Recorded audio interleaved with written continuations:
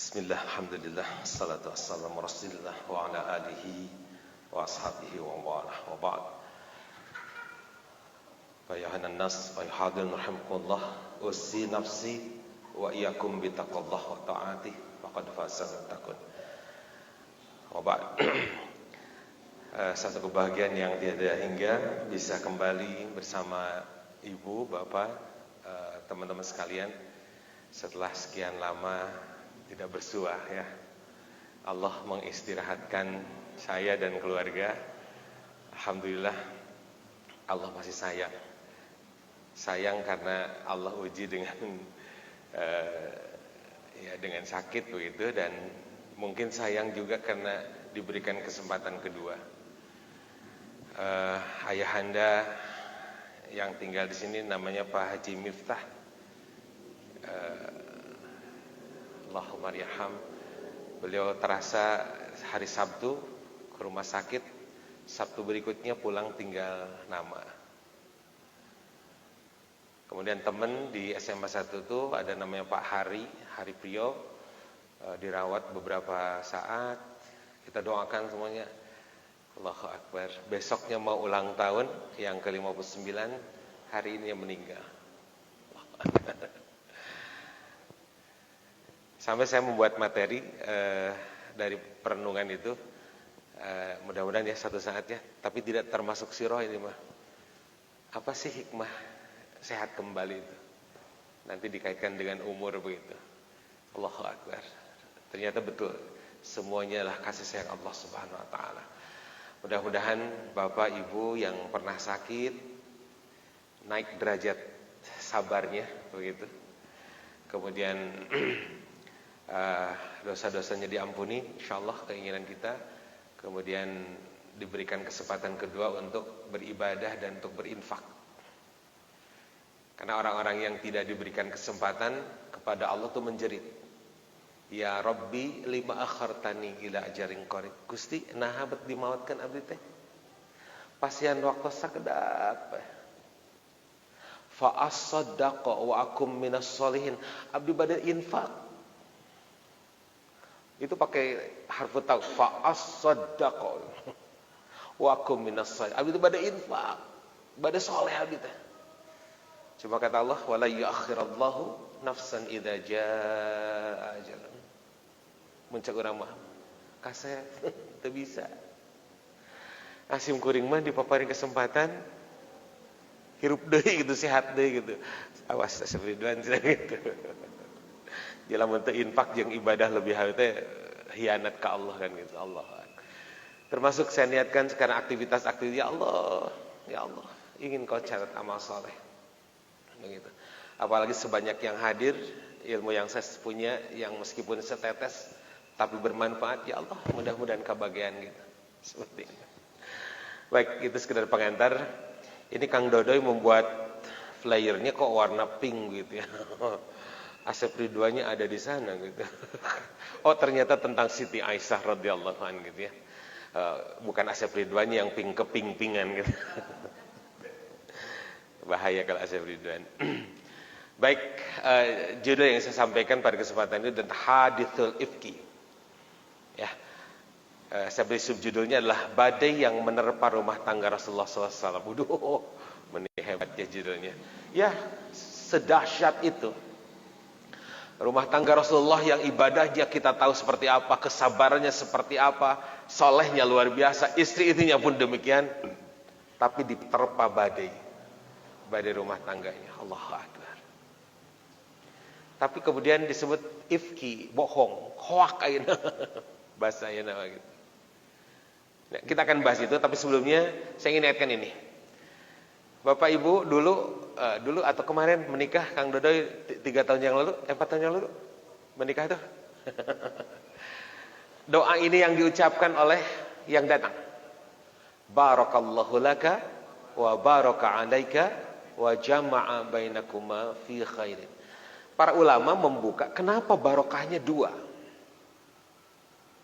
Ya. Kenapa barokallahnya 2? Dan itu bukan kepada laki-laki. Barakallahu laka. Tapi kemudian ketika diucapkan kepada perempuan bolehlah ya, barakallah tetap sama. Kata para ulama, barokah yang pertama karena dalam pernikahan ada kebahagiaan. Dalam pernikahan ada rizki yang baik, ada kebahagiaan, ada kesukaan, ada sehat dan seterusnya. Ada kebaikan pokoknya. Maka itu harus barokah. Barokah paling tidak mencakup dua hal, ziyadatul khair dan ziyadatul ta'ah. Harus bertambah kebaikan dan bertambah ketaatan pada Allah.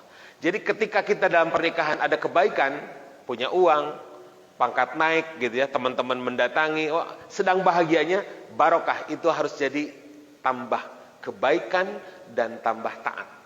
Begitu.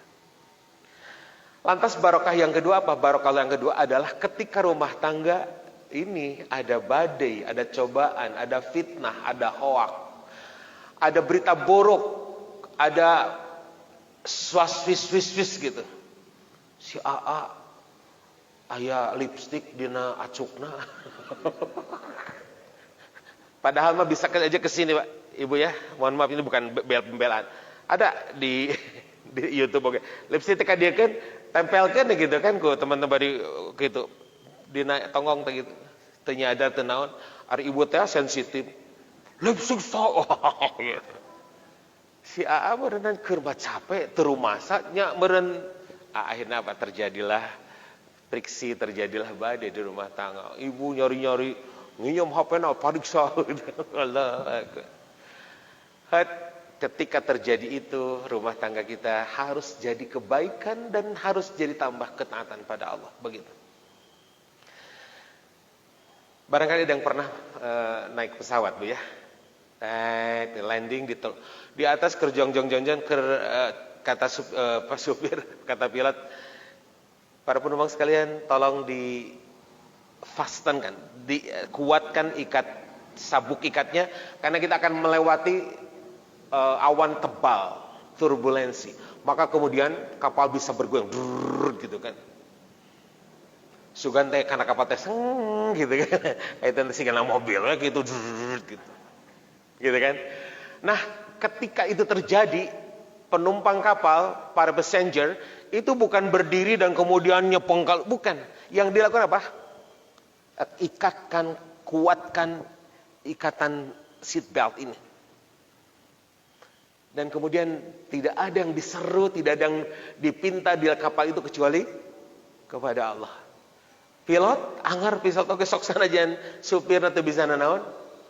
Pramugari sami. Maka sedemikian ketika badai rumah tangga terjadi, bukan sana sini, bukan menyalahkan itu, ini bukan ribut tambah ribut nanti. Maka masing-masingnya ikatkan, kuatkan ikat pinggang, ikat kiatkan dan kembali ke Allah. Resepnya itu. Ya, bukan menyalahkan siapapun dan seterusnya. Apalagi mohon maaf, ibu-ibu wanita ahli syurga insyaallah. Ya, ini saya dapatkan dari Ibu Aisyah Dahlan, Dr. Aisyah Dahlan. Wanita ahli syurga ketika bermasalah apapun masalah, rek suami nu salah, apalagi ibu yang salah, maka ibu lebih dahulu datang untuk minta maaf. Itu ciri wanita ahli syurga. Halo. Aya kabogoh di ditu. Ya. Pun bojongah jadi gitu kan. Betul, Bu. Karena kedamaian dan segala macam itu masing-masing harus ikatkan. Dan ketika sang istri ataupun apalagi sang suami minta maaf, itu adalah sebuah kedamaian dan itu artinya seatbeltnya sudah dikuatkan, baru kemudian memohon kepada Allah agar masalah yang menerpa keluarga kita selesai. Begitu. Bukan kesana kemari nyari masalah, tangan ke babaturanana, tangan ke kantor, ribu. Ya, subhanallah. Dan baru kemudian jama'a bainakum fi khairin, engkau disatukan oleh Allah dalam kebaikan. Saya sering mengatakan, hadirnya seorang perempuan menjadi istri seorang laki-laki harus membuat sang suami, sang laki-laki lebih soleh di hadapan Allah. Harus, bahasanya begitu. Sebab apa artinya pernikahan? Kalau tidak begitu, kalau hanya semakin repot, semakin itu ini, tidak ada pernikahan. Bahkan pernikahan ini tidak berkah namanya. Sama, hadirnya sang laki-laki mendampingi seorang perempuan harus menjadikan sang perempuan lebih solehah di hadapan Allah. Makanya bahasanya wa jama'a bainakuma fi khairin.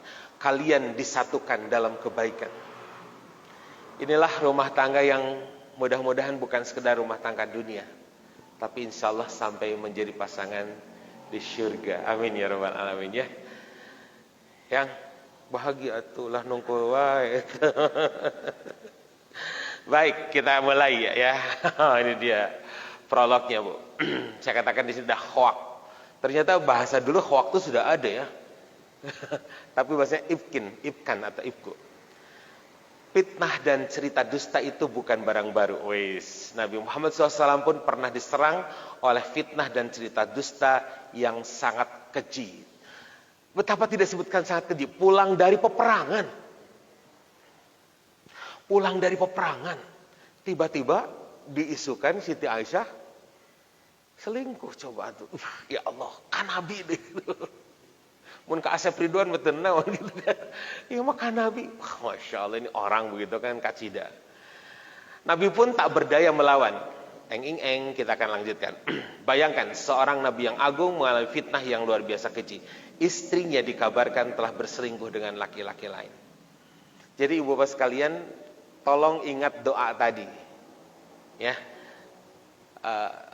Daripada naudzubillah pecah cerai bari kemudian masalah tidak jelas, sekali lagi kuatkan ikat pinggangnya, dalam artian kuatkan ibadahnya, kuatkan akidahnya, menjeritlah kepada Allah untuk kemudian Allah memberikan solusi terbaik. Begitu. Kalau nanti terbukti seorang bersalah, Allah akan buktikan. Tapi masalahnya menuduh seorang perempuan, nanti di surat An-Nur tadi kan dibacakan, menuduh seorang perempuan baik-baik berbuat zina, orang yang menuduhnya bahkan kemudian persaksiannya dicabut. Tidak boleh didengar, tidak boleh dijadikan saksi orang begitu. Apalagi tidak mendatangkan saksi 4 orang. Ujung-ujung membuat berita bohong begitu. Allahu Akbar. Awal kisah Allah tinggal masih ngadongeng ya teh. Ummul Mukminin Ibunda Aisyah radhiyallahu anha dipitnah telah melakukan perselingkuhan dengan Safwan ibnu Mu'attal. Ibu boleh memberi nama anak laki-laki atau cucu laki-laki dengan nama Safwan. Sebab orang ini difitnah. Orangnya ganteng, Bu.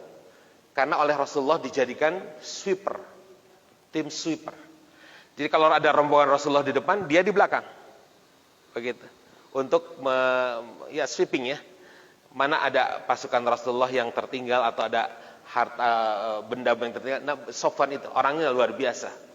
Soleh, ganteng, dan tugasnya juga sangat luar biasa dibebankan kepada beliau. Artinya bukan orang sembarangan Safwan ini ya. Baik, nanti satu saat mudah-mudahan kita bahas lebih jauh siapa Safwan. Karena kita sekarang kepada cerita ini. Inilah aktor utamanya, Bu. Yang membuat hoak zaman dulu itu. Kalau bahasa sekarang buzzernya gitu, adalah Abdullah bin Ubay bin Salul. Ternyata dia ya tokoh munafik yang sangat melegenda begitu rasanya. Ada satu orang yang munafik yang sering melakukan kebohongan dan fitnah kepada orang-orang muslim. Salah satu berita bohong yang disebarkan mengenai Aisyah yang melakukan perselingkuhan bersama Safwan. Ini ya. Jadi ini tokohnya. Sampai wallahualam yang saya dengar dia terbunuh ya, matinya itu karena ya mendarah daging lah sifat munafiknya gitu. Dia muslim, ngaku muslim tapi tidak muslim begitu. Coba berani sekali dia gitu kan. Coba kalau ke istrinya Jokowi sekarang ada kabar berita gus ditewak gus tenggelan berenang gitu kan.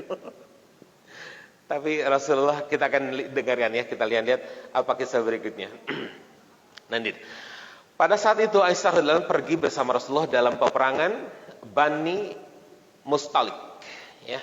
Karena dialah istri Nabi yang mendapat undian untuk ikut. Ibu, Masya Allah, maaf tidak boleh cemburu Bu ya.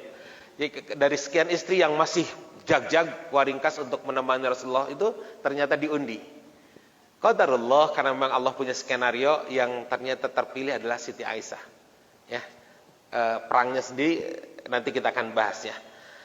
Pengundian tersebut biasa dilakukan Rasulullah SAW ketika hendak melakukan perjalanan. Setelah peperangan usai, Rasulullah dan pasukan melakukan perjalanan untuk kembali ke Madinah. Saat di perjalanan mereka singgah di satu tempat. Pada malam hari rombongan berniat melanjutkan perjalanan. Saat semua orang berkemas-kemas hendak melanjutkan perjalanan, Aisyah keluar tanpa sepengetahuan. Ini dah di sini itu skenario Allahnya. Mun urang mah punten kabelet pipis gitu. Itu Aisyah itu. Mungkin salah satu kesalahan beliau adalah tidak memberitahu. Da urang mah geuningan urang Bu bahasa urangnya rek papang wae wawartos. Puntennya bade papang. Kita dibiasakan begitu kan. Kalau di Inggris atau orang di barat tidak nyebutnya papang. Excuse me, I want to wash my hand. Punten abdi bade ngawasuh panangan. Mus di WC mana onak diwasuh praktek kan gitu. Cuma bahasanya kita mah vulgar. Mama hoyong pipis. Da diajari tidak tiba heula. Ade pipis heulanya. Jadi bebeja budak teh. Ka bawa ka kolot sok labunnya. Puntennya abdi bade papang heula. Padahal teu kudu bebeja. Bapak-bapak ada itu paling telah ke belakang ya. Tapi hati-hati kalau ke belakangnya di restoran teteh kabur. Makanya ke restoran ke belakang dulu kabur sinan mayar udah dinya. Allah. Ibu ya itu berkaitan ini sekedar intermezzo saja. Aisyah menyadari bahwa kalung yang ketika kembali ke rombongan, Aisyah menyadari kalung yang dia gunakan sudah tidak menempel di lehernya dan ia kembali.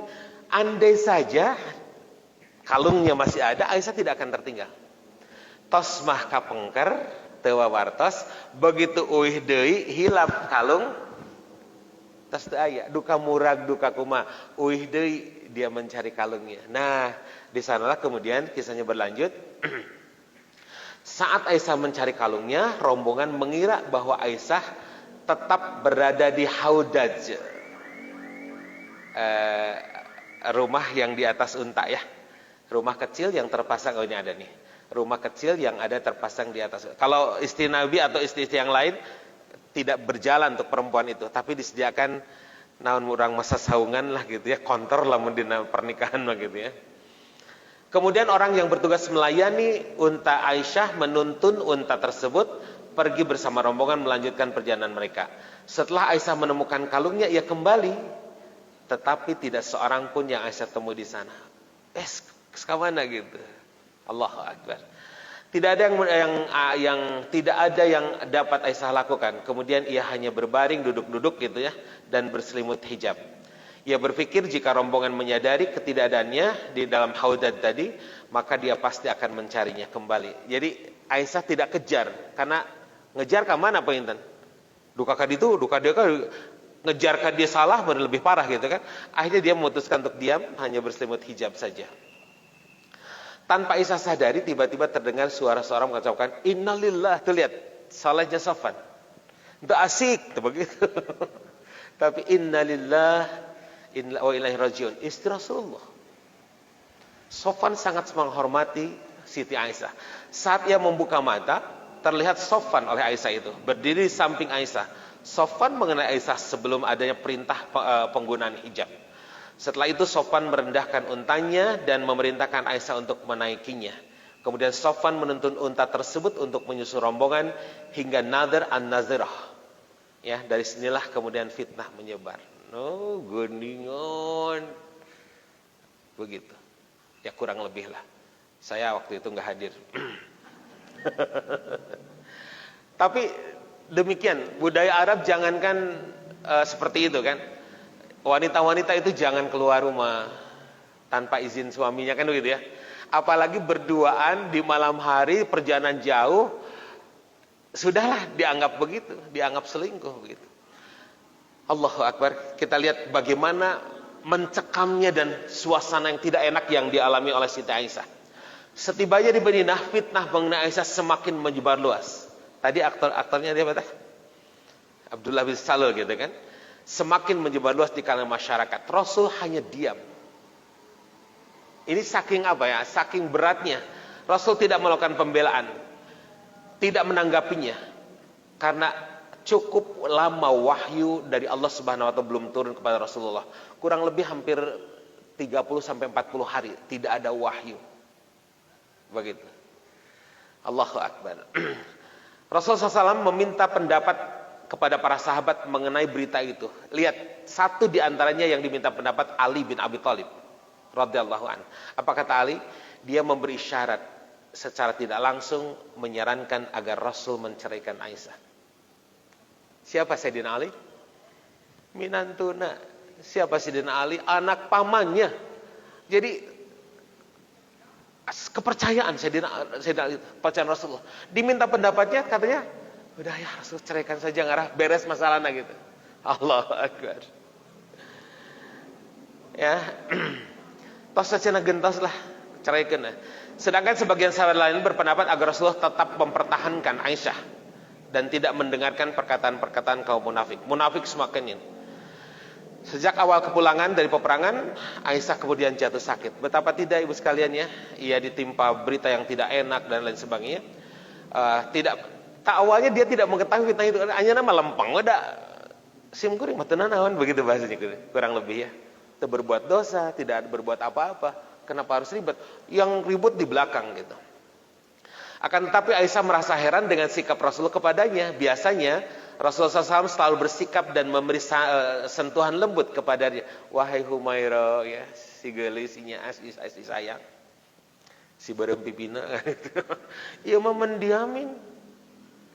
Heran si Aisyah gitu kan. Apalagi pada saat dia sakit gitu. Berbeda dengan sikap yang didapatkan saat ini. Rasulullah hanya bertanya bagaimana keadaan dirinya.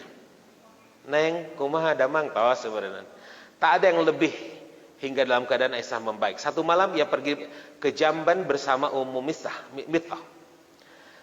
Ketika itulah Ummu Mithah menceritakan berita yang menyebar luas. Nah, Aisyah baru tahu tentang berita yang menyebar itu setelah dia sembuh berapa hari berarti. Ya minimal sakitnya 3 hari, apalagi dari itu. Ya. Nah, kemudian Aisyah segera kembali ke rumah dan minta izin kepada Rasulullah SAW untuk pulang ke rumah orang tuanya untuk mencari tahu berita yang menyebar mengenai dirinya. Setelah Rasul mengizinkan, ia pergi ke rumah orang tuanya hingga ia mengetahui apa yang terjadi, hingga Aisyah pun henti-henti menangis. Sudah mah dari Rasul juga rada didiamin, anu biasa lembut, anu biasa bager. Akhirnya Allahu Akbar, dingin sedingin freezer gitu kan. Neng damang tos gitu. Rasulullah. Nah, apa yang dilakukan oleh orang tuanya kita lihat di sini ya. Allahu Akbar. Apalagi dengan Sayyidina Ali, tadi Sayyidina sudah keras gitu kan. Udahlah ceraikan. Rasul datang menemui Aisyah sambil mengucap syahadat, wahai Aisyah, telah kudengar berita begini begitu tentang dirimu. Jika memang engkau bebas dari tuduhan tersebut, tentu Allah akan membebaskanmu. Dan jika engkau telah melakukan dosa, maka mohon ampun dan bertaubatlah kepada Allah. Maka Allah akan lihat. Ini sebenarnya teguran keras gitu kan. Coba ada yang terlewat gak nih? Oke, gak terlewat ya. Sebenarnya teguran keras dari Rasulullah. Tidak berdosa, tidak melakukan apa-apa, tiba-tiba ada statement ini kedek gitu. Pasti saya kalau mendengar Pak Syafridwan toslah, Pak Syafridwan tobat teh sok sanes Pak Syafridwan teh korupsi, tapi ya berita korupsi gitu. Yuk gitu kan gitu. Allah Aisyah suaminya sendiri, kok kebayang Pak. Sudah mah kabar begitu di luar, kemudian sekarang suaminya. Mendengar perkara itu Aisyah sebagai tersambar petir betul aja lihat. Dan air matanya pun terus mengalir tanpa henti karena suaminya mempercayai berita itu. Rasulullah hampir lah ya, sampai mengatakan tobatlah engkau gitu kalau memang engkau berdosa. Jadi seolah-olah Rasul juga mempercayai berita itu. Ini saking dahsyatnya berita yang dibuat oleh buzzer waktu itu. Kemudian ini menanyakan pendapat orang tuanya. Lihat, sekarang tanya orang tuanya. Suaminya sudah begitu, Ali sudah begitu, sekarang tanya kepada Abu Bakar As-Siddiq radhiyallahu anhu. Apa kata keduanya? Mereka menjawab sama yang ia dapat. Mereka hanya berpendapat dan berkata tidak tahu apa-apa yang harus dilakukan. Tak ada yang mempercayainya. Maka sedihlah Aisyah semakin bertambah. Allah, kolot sorangan oke gitu. Bu, Kira-kira kalau zaman sekarang si Gana meser tamang rapi aja. Allahu Akbar. Ini mohon maaf intermezzo sebentar. Pak Bupati mengatakan, saya mohon maaf dengan kejadian beberapa belakangan ini warga Garut yang gantung diri. Satu di antara yang saya tahu adalah orang Tegal Kurdi. Itu seorang pemuda kadek nu hoyong nikah. Tapi teu widian ku mana pedah naon atuh can didamel, can pararugu, rek di paraban naon lamun rek sarapan. Paraban cinta diletakan gitu. Cek mana teh ento. Oh enggak. Akhirnya Allah Akbar. Ini tentu menandakan apa? Menandakan lemahnya akidah, lemahnya iman. Saya ke Cilawu, kabar itu juga ada. Cenah Ustad, kamari can di oge aya. Suami istri teh paseha di pasarna teh. Rongkah pasarna teh. Si suamina balik ka imah cenah. Duka naon? Ngan pas istrina eueuh ka bumi ningali di kamar terus ngagantung Gusti Allah. Jadi sedemikian Bu ya, orang-orang yang lemah imannya, tidak kuat pendiriannya, tidak punya pondasi, dia akan mengakhiri masalah ketika masalah lebih besar kata dia. Masalah lebih besar daripada dirinya gitu. Akhirnya gelap mata. Kalau gelap mata sudah tidak bisa berpikir dengan jernih kan. Kenapa begitu? Hatinya kosong. Ya, inilah satu hal lain ya, bahwa subhanallah sekualitas Aisyah saja begini adanya. Ibu bapak sekalian, bukan bukan mustahil atau bukan tidak mustahil. Ini pun akan terjadi ke rumah tangga kita. Akan ada, besar kecil tergantung. Lama sebentar tergantung menyikapinya. Tapi Rasul sendiri kurang lebih sebulan lebih. Coba Aisyah didiamin, bahkan ada kabar untuk diceraikan gitu. Allahu Akbar. Dan yang Rasul harapkan wahyu tidak turun masa itu. Soalnya Rasul sangat menanti wahyu. Itu yang dipercaya. Apapun wahyu yang menentukan. Tapi saya itu belum turun. Allahu Akbar. Ada apa nanti hikmahnya akan terungkap. Setelah itu Aisyah mengatakan bahwa dirinya sudah mengira bahwa kedua orang tuanya pun sudah mengetahui berita bohong itu. Mereka pasti mempercayai penyebaran berita tersebut. Bahkan walaupun Aisyah memberitahu mereka bahwa dirinya terbebas dari tuduhan tersebut dan Allah mengetahui bahwa ia benar-benar terbebas dari tuduhan itu, pasti mereka tetap tidak mempercayai Aisyah. Subhanallah, inilah yang kemudian mohon maaf disebarkan oleh sebagian orang yang mengakui muslimin yang membenci Aisyah sampai hari ini. Di sini Pak Ibu. Sampai saya pernah baca artikel di Sumatera sana ada seorang namanya Aisyah Fitri, kurang lebih gitu, Aisyah Fitri atau Fitri Aisyah gitu. Orang kelompok ini saking tidak senangnya dengan nama Aisyah, Aisyah Fitri tidak mau dipanggil dengan nama Aisyah. Teteh, mohon maaf ya, saya tidak manggil nama depan Teteh, saya Fitri aja ya. Sampai sebenci itu terhadap Aisyah. Aisyah hari ini pun bisa kompet tahunkan gitu. Orang-orang yang benci Siti Aisyah dengan mengatakan Aisyah begini, Allahu Akbar. Sebenarnya nanti akan sudah terjawab oleh ayat, oleh wahyu bahwa Aisyah itu bersih. Tapi toh hari ini sebegitu. Dan keturunan mereka tidak ada satupun yang diberi nama Aisyah. Bahkan lebih tragis lagi, Imam Mahdi nanti turun akan mencari orang yang namanya Aisyah untuk dibunuh ulang. Sampai begitu bencinya. Allah Akbar. Baik, ini ya, terbayang ya, suami begitu, sahabat begitu, orang tua juga ternyata tidak mempercayai dirinya. Subhanallah.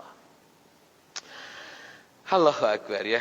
Akan tetapi jika mengakui tuduhan itu, padahal Allah mengetahui Aisyah tidak melakukan, kenapa coba? Toh saya ngakulah. Oh, lebih parah lagi gitu kan. Kalau pengakuan itu sudah sebagian benar kan begitu. Tapi rek ngaku naon itu tidak melakukan mah itu. Nah ini kan dalam peradilan suka ada orang yang tidak bersalah tapi ditekan, dipaksa ngaku. Sudah akhirnya hukum jatuh meskipun tidak salah. Siapa yang salah? Bohongan ngaku itu. Sudah saja pertahankan tidak gitu, apapun yang terjadi gitu. Nanti akan terbukti ya.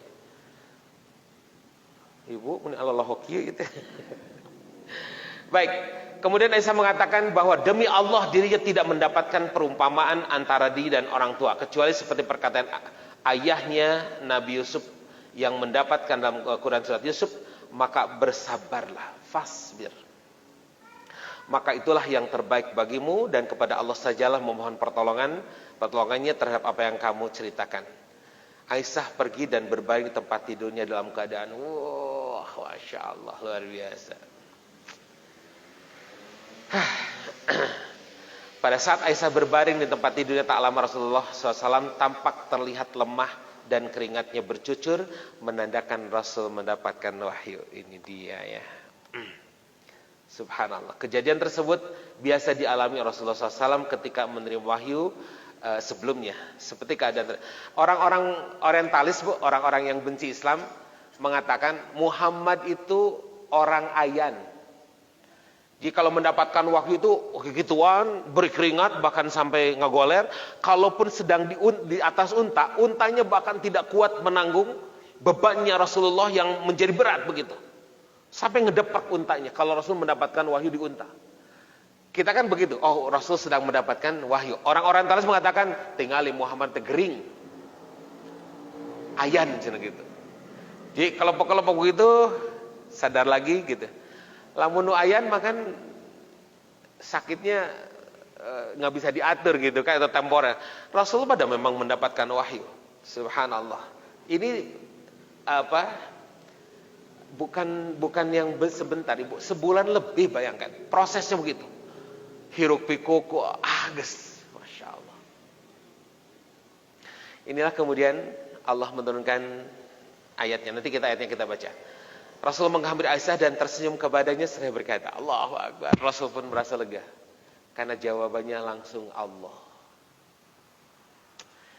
Bu, Bapak, inilah kemudian Allahu Akbar. Saya ingin sedikit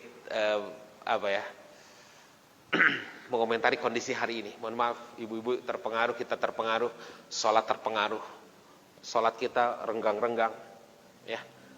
Padahal mohon maaf, tidak ada satu hadis yang mengatakan ketika penyakit taun menyebar, sholat kemudian direnggangkan, nggak ada, Bu. Itu ijtihad saja. Bahwa itu ikhtiar kalau orang yang satu OTG ini bisa menebar ke yang lain. Jadi renggangkan gitu. Tapi mohon maaf ya, bahasa seperti ini menunjukkan bahwa umat Islam dikendalikan.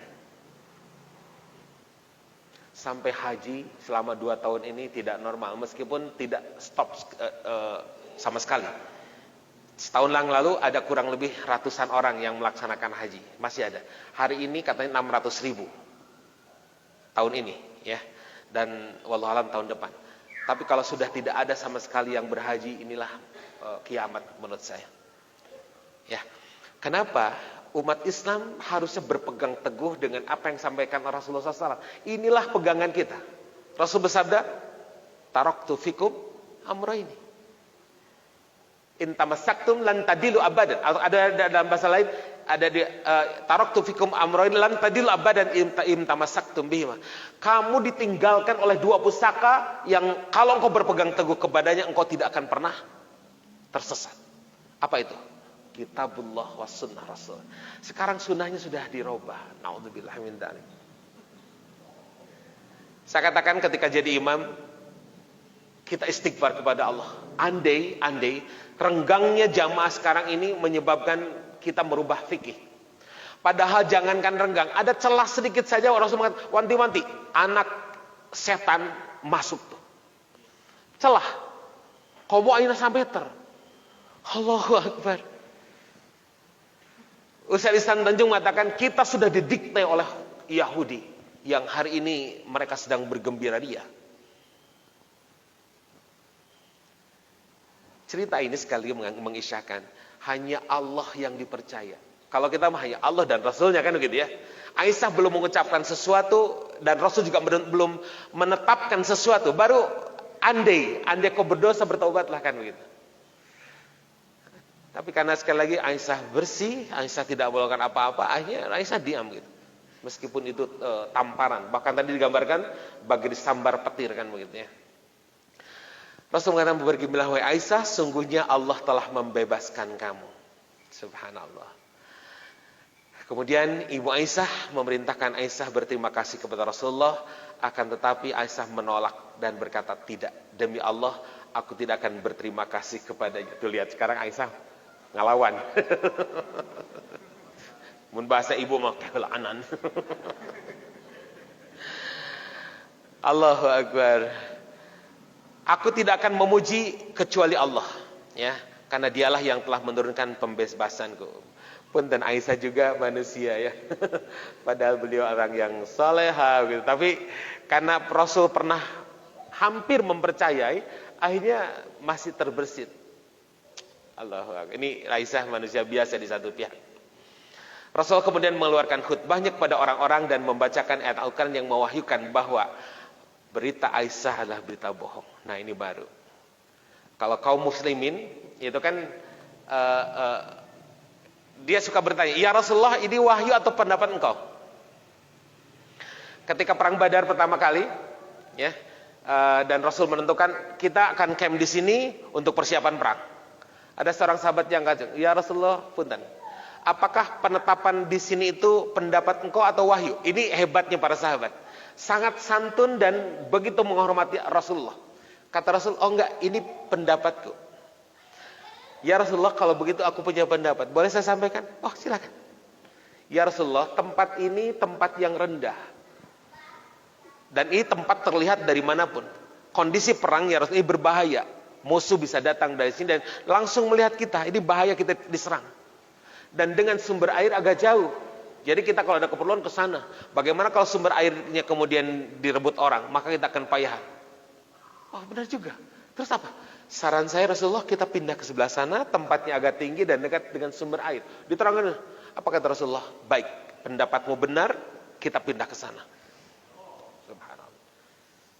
Kuma aing begitu Rasulullah. Allah. Sedemikian Rasulullah. Ya, jadi ketika sahabat itu mendengar wahyu, sudah mereka samina wa ta'na. Kecuali sekali lagi siapa? Orang munafik. Ini diturunkan surat An-Nur ayat 11. A'udzubillahi minasyaitonir rajim. Innal ladzina ja'u bil ifki usbatum minkum. La tahsabuhu syarrul lakum bal huwa khairul lakum. Likulli imri'in minhum maktasaba minal itsm. Walladzi tawalla kibrahu minhum lahu adzabun adzim. Subhanallah. Jadi sebenarnya masalah itu adalah netral. Dan sebenarnya bahkan tidak ada masalah tanya kan? Tapi kemudian muncul kualitas orang yang sebenarnya. Lihat, ada orang yang kemudian bersifat munafik. Ada orang kemudian bentar dulu nih, bener nggak kayak gitu? Tabayun. Ada juga yang langsung mempercayai, atau bahkan ada yang tidak percaya dengan berita itu. Itulah kualitas orang. Bahkan sahabat-sahabat yang sudah terlanjur mempercayai berita itu, mereka kemudian beristighfar dan bertobat setobat-tobatnya. Begitu. Allahu Akbar. Ini dari Rasulullah SAW, dari Al-Quran. Sesungguhnya orang-orang yang membawa berita bohong itu dari golongan kalian juga tuh. Jadi itu para sahabat diantaranya ada yang membawa itu, meskipun sumbernya adalah orang munafik ya. Janganlah kalian kira bahwa berita bohong itu buruk. Ini kata Allah, jangan menyangka buruk. Bal huwa khairul lakum. Berita bohong itu, kabar peristiwa itu baik bagimu. Kenapa? Akan terbukti siapa sebenarnya kualitas orang itu. Orang-orang yang beriman kuat tentu berhati-hati untuk membuat statement kan gitu. Apakah gitu kan? Harus berhati-hati. Tapi orang-orang yang landasan imannya kuat, tidak kuat mah geus bener gitu. Membenarkan. Allahu Akbar. Tiap-tiap seorang dari mereka mendapatkan balasan dari dosa yang dikerjakan. Tuh, membuktikan siapa dirinya sebenarnya. Maka Bapak Ibu sekalian, kalau ada berita dari manapun, jangan langsung forward. Langsung, jangan. Apalagi kalau itu fitnah. Allahu Akbar. Ada di Qurannya kan? Walladzina fatanul mu'minin dan seterusnya. Orang-orang memfitnah orang-orang mukmin kemudian tidak tobat, walahum adzabun hariq. Coba, Allahu Akbar, naudzubillah. Siapapun mereka, orang-orang muslim. Hati-hati ketika pilkada, ketika pilpres dan seterusnya. Ujug-ujug ada berita-berita yang bohong tentang lawan politik yang mungkin sengaja dibuat oleh mereka, digunakan ke kita agar kita jadi jelek. Hati-hati itu. Ya, dan itu sekali lagi tidak berpengaruh untuk orang lain, tetapi membuktikan siapa kita sebenarnya. Mukmin sejati, muslim sejati, atau kita termasuk orang munafik yang mempercayai kebohongan. Hati-hati. Jadi siapapun sekarang yang mempercayai dan bahkan menyebarkan, itulah kualitas dia. Kan begitu. Tapi orang-orang yang menahan, kualitasnya imannya hebat gitu. Tidak menyebarkan kembali, dia mungkin tunggu tabayun dari Rasulullah. Begitu. Allahu Akbar, Allahu Akbar. Ternyata orang-orang sekarang juga mungkin belajar ya dari Sirah Nabawiyah. Kita terlambat nih kalah dengan mereka ya tentang belajar hoax itu. Baik, kita ke bagian akhir, apa saja hikmahnya gitu kan tentang berita ini. Satu, peristiwa ini mengajarkan agar umat Islam tidak cepat menuduh seseorang dengan perbuatan buruk. Hendaknya check and recheck, mengecek terlebih dahulu kebenaran agar tidak menimbulkan fitnah, sebab fitnah itu lebih kejam. Al fitnatu asyaddu minal qatl. Ya, fitnah disebarkan bisa langsung cepat membunuh seseorang. Kisahnya bukan begitu. Ada seorang wartawan dan ada seorang pembunuh berlomba untuk, ini entah ceritanya benar apa enggak, untuk membuat seseorang itu terbunuh gitu. Yang mana lebih cepat, seorang pembunuh atau wartawan gitu yang lebih cepat membunuh. Dia mengejar-ngejar, yang pembunuh itu mengejar-ngejar bawa senjata. Memang ada seorang yang jahat gitu. Sekian hari tidak ketemu, tapi wartawan itu membuat berita-berita yang sampai dan kemudian si orang jahat itu terbunuh dengan berita itu. Ternyata yang lebih cepat membunuh adalah wartawan. Berita bohong, Bu. Apalagi kalau beritanya benar gitu kan. Masya Allah. Kedua, bijak dalam menyelesaikan masalah. Bijak dalam menyelesaikan masalah. Hal ini terlihat dari cara Rasulullah SAW mengatasi masalah yang telah dieksploitasi oleh Abdullah bin Ubay bin Salul yang menuduh Ummul Mukminin Aisyah dan telah berbuat serong dengan Sofwan. Dalam mengatasi masalah ini, Nabi berusaha mencari kebenarannya dari sumbernya dan senantiasa sabar dalam menghadapi musibah serta tidak terburu-buru memutuskan satu perkara. Bu, ya, yang ku. Gus, mun kieu mah uihkeun abi ka mama, ka bapa. Kan begitu aja sih nantinya. Aduh. Ini kan sering jadi inspirasi sinetron gitu kan. Dan itulah yang kemudian membuat rumah tangga menjadi goncang, Bu. Oke, saya beri tips ya untuk ini. Apa tadi tuh? Kuatkan seat belt-nya. Itu menandakan apa? Sabar. Sabarnya bukan 1 lapis, 2 lapis, mungkin 3 lapis. Sabar untuk tidak berkata, sabar untuk tidak bertindak yang tidak sesuai dengan aturan agama begitu. Ketiga, diperlambangkan turunnya wahyu hingga 1 bulan tuh, terlambat. Ya, menunjukkan bahwa Nabi SAW adalah manusia biasa seperti halnya yang lain. Nabi itu manusia biasa. Dia menjadi hebat istimewa itu karena diberi wahyu. Nabi tidak tahu, punten, dalam bahasa sekarang, Nabi itu bukan fortune teller. Nabi itu bukan peramal. Tapi Nabi tahu itu kalau diberitahu oleh Jibril. Bukankah Nabi juga dalam satu sirah yang lain, Nabi itu meninggal dalam keadaan terkena racun. Ya kan? Kalau Nabi tahu tidak akan dimakan daging itu. Tapi sudah termakan oleh Nabi. Ya. Dan kemudian ada wahyu mata ini diracun, ada racunnya. Kemudian diberhentikan. Memang terlambat, tapi sudah dimakan. Dan itulah yang membuat Nabi SAW, bahkan Abu Bakar As-Siddiq radhiyallahu anhu itu meninggal karena diracun. Khusus Nabi, hatinya Nabi apa? Tidak tahu sekali kecuali diberitahu oleh wahyu. Wa ma yantiqu anil hawa in huwa illa wahyu yuha. Nabi tidak bertindak, Nabi tidak berbuat kecuali dengan bimbingan wahyu. Ini dia, ya ketiga. Allah. Dalam kitab ini saya temukan di sumber yang lain, ya, dijelaskan bahwa salah satu hikmah yang sangat agung adalah kesabaran dan kejujuran Nabi sallallahu alaihi wasallam sebagai manusia yang menerima wahyu. Bisa saja Nabi membela Aisyah dengan mengatakan bahwa Allah telah menurunkan wahyu pembelaan sejak hari pertama. Bisa kan? Dan orang akan percaya ke Nabi. Tapi kenapa tidak dilakukan oleh Nabi? Itulah Nabi yang punya sifat sidik, patonah, amanah, tablik. Subhanallah. Kita makan langsung melakukan pembelaan ya kalau kita ya. Kok Rasul enggak? Pada orang akan percaya ke Rasul, insya Allah percaya. Tapi Rasul tidak mendapatkan wahyu, maka Rasul diam. Ini ya, Allahu Akbar. Rasul di satu pihak manusia biasa, tapi justru itu mendapatkan sifat wajib Rasul ada tetap pada dirinya. Meskipun berita sejelek apapun, Rasul tetap jujur menyampaikan. Kalau Allah tidak menurunkan wahyu, Rasul tidak menyampaikan itu wahyu begitu. Nunggu, Allahu Akbar. Ya, namun tidak mungkin dilakukan oleh Nabi SAW. Nabi tidak mungkin berbohong. Beliau hanya bisa bersabar dan yakin bahwa Allah pasti akan menyelesaikan masalah yang sedang beliau hadapi. Allahu Akbar. Dan terakhir keempat, dari peristiwa ini telah disyariatkan hukum dera. Nah akhirnya muncul hukum dera surat An-Nur tadi yang dibaca oleh Adodoy. Ya, bahwa orang yang menuduh orang berzina, ya padahal dia tidak berbuat apa-apa, kemudian diperintahkan orang itu harus didera. Berapa kali? 80 cambukan. Subhanallah, ya. Inilah kehebatan Islam yang paripurna dalam apapun. Sebuah peristiwa bisa ditinjau dari sudut pandang apa? Ya, secara psikologisnya iya, sosialnya iya, gitu kan? Dari sudut pandang hukumnya iya, masya Allah. Walladzina yarmunal muhsanati tsumma lam ya'tu bi arba'ati syuhada fajliduhum 80 jaldah.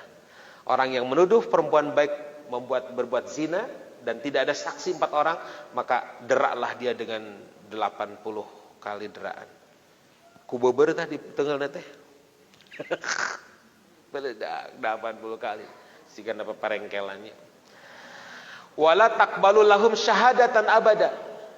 Bukan saja ditengal, kesaksiannya tong ditarima salilana.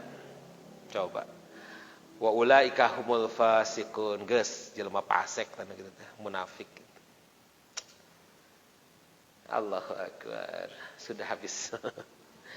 Ibu sekalian, ini satu penggal dari kisah Rasulullah SAW yang meskipun secara umum kita melihat rumah tangga Rasul itu harmonis, bahagia kan. Kita pernah bahas dulu tentang Aisyah di awal kan. Betapa Aisyah menunjukkan cintanya yang luar biasa, tetapi bukan tanpa ujian. Dan ternyata bahkan ujiannya sangat luar biasa. Tetapi ujian ini adalah bentuk kasih sayang Allah. Sekali lagi untuk menaikkan derajat kita di hadapan Allah. Saya ingin ingatkan, sabar itu ada 3 tingkatan. Yang pertama, kalau kehilangan sesuatu atau kekurangan sesuatu. Hilang uang, hilang sendal, hilang HP. Itu sabar tingkat pertama. Kita ya Allah aku ridho. Ada orang yang meninggal di keluarga kita, saudara kita. Ya Allah aku ridho dan sabar. Innalillahi wa inna ilaihi raji'un. Itu sabar tingkat 1. Kajedot oke sabar tingkat 1. Abdi uji ku Allah iya nanti jeduk gitu ya. Sabar tingkat 2 adalah ketika nyawa terancam hampir saja meninggal. Nah ini barangkali yang COVID-nya tingkat 3 gitu. Kalau Kang Dodoy kan OTG ya. Itu tingkat 1 kan enteng gitu. Tapi enteng-enteng kok COVID saat gitu. Kalau ada tingkat 2, terasa sakit dan segala macam tapi tidak sampai ke saturasinya di bawah 70. Masih bisa lah. Ya, itu tingkat 2 yang mungkin ada terancam bagian-bagian yang sampai yang ketiga itu sakit segala macam sendinya, kemudian saturasinya di bawah 60, harus sudah dioksigen kuat begitu. Bahkan oksigennya harus sekian volumenya dan kemudian dia seolah-olah mau meninggal. Itu sabar tingkat 3.